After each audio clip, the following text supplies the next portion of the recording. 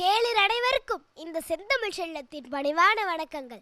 சொலவடைகள், சில சொலவடைகள் மேலோட்டமாக பார்ப்பதற்கு நயமிக்கதாக இருந்தாலும் ஆழமாக பார்த்தால் மிக பெரிய சமுதாய விமர்சனமாக இருக்கும். அப்படிப்பட்ட சொலவடைதான் கொடுக்கிறது உலக்கு பால், உதைக்கிறது பல்லு போக. இந்த சொலவடையை வெளிப்படையாக பார்க்கும் பொழுது ஒரு பசுமாட்டை செல்வது போல இருந்தாலும் ஆழமாக பார்த்தால் குறைந்த கூலி கொடுத்த அளவே இல்லாமல் வேலை வாங்கும் முதலாளித்துவத்தை குறிப்பதாக உள்ளது. இந்த சொலவடை எல்லா துறைகளுக்குமே பொருத்தமானதாக இருக்கும். அவரவர் சூழ்நிலைக்கேற்ப யார் வேண்டுமானாலும் யாரிடமும் சொல்லலாம். உதாரணமாக, பண்டிகை காலங்களில் துணிக்கடைக்கு துணி எடுக்க போற நமக்கே அவ்வளவு களைப்பாக இருக்கும் பொழுது நாம் களைத்து போட்டு துணியை ஒழுங்குபடுத்தும் அந்த ஊழியர்களுக்கு எவ்வளவு களைப்பாக இருக்கும். அப்பொழுது அவர்கள் நம்மையும் அவர்களது முதலாளியும் மனசுக்குள்ள திட்டிக்கிட்டே சொல்ற சொலவடைதான் கொடுக்கிறது உலக்கு பால், உதைக்கிறது பல்லு போக.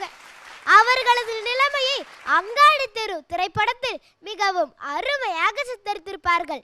கலை, மருத்துவம், தொழில்நுட்பம், விவசாயம் என அனைத்து துறைகளிலும் உழைப்பிற்கேற்ற ஊதியம் கிடைக்கிறதா என்றால் பதில் கேள்விக்குறிதான்.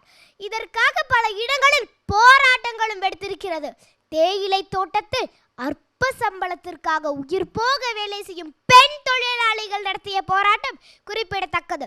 சிறுநீர் கழிப்பதற்கு கூட விடாமல் காலை 8 மணியிலிருந்து உழைப்பை சுரண்டி முதுகொடிய வேலை செய்தாலும் மாதம் 3000 முழுதாக கிடைத்தாலே அதிர்ஷ்டம்தான் என்கிறார்கள். வீட்டு வேலை செய்யும் பணிப்பெண்களும் இதற்கு விதிவிலக்கல்ல. என்ன ஒரு நவீன கொத்தடிமைத்தனம்! அவர்களுக்கான சொலவடைதான் கொடுக்கிறது உலக்கு பால், உதைக்கிறது பல்லு போக. இறுதியாக எனது பரிதாப நிலையை சொல்லி முடிக்கிறேன்.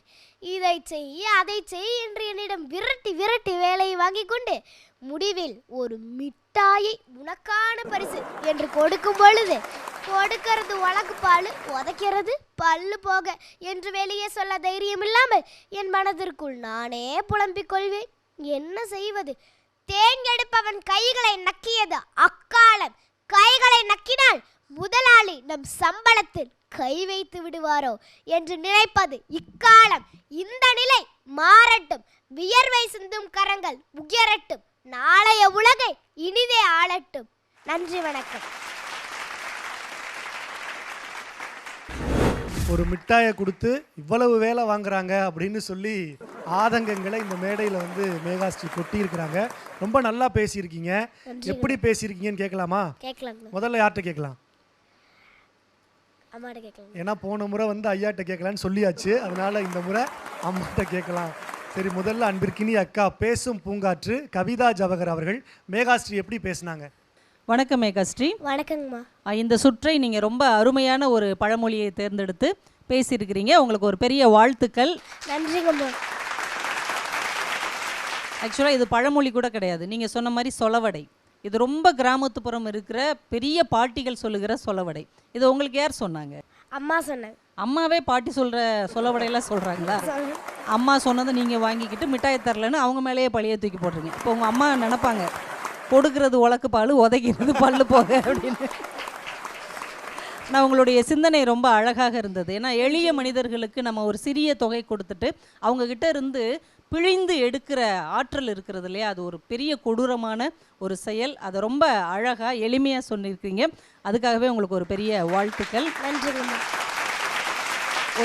ஒரு வார்த்தை தான் படித்தேன். நீங்கள் அமைதிக்கான நோபல் பரிசை யாருக்கு வேணாலும் கொடுங்க, ஆனால் பொறுமைக்கான நோபல் பரிசை இந்த ஜவுளி கடையில் ட்ரெஸ் எடுத்து காமிக்கிறாங்க பாருங்கள், அவங்களுக்கு தான் கொடுக்கணும் அப்படின்னு.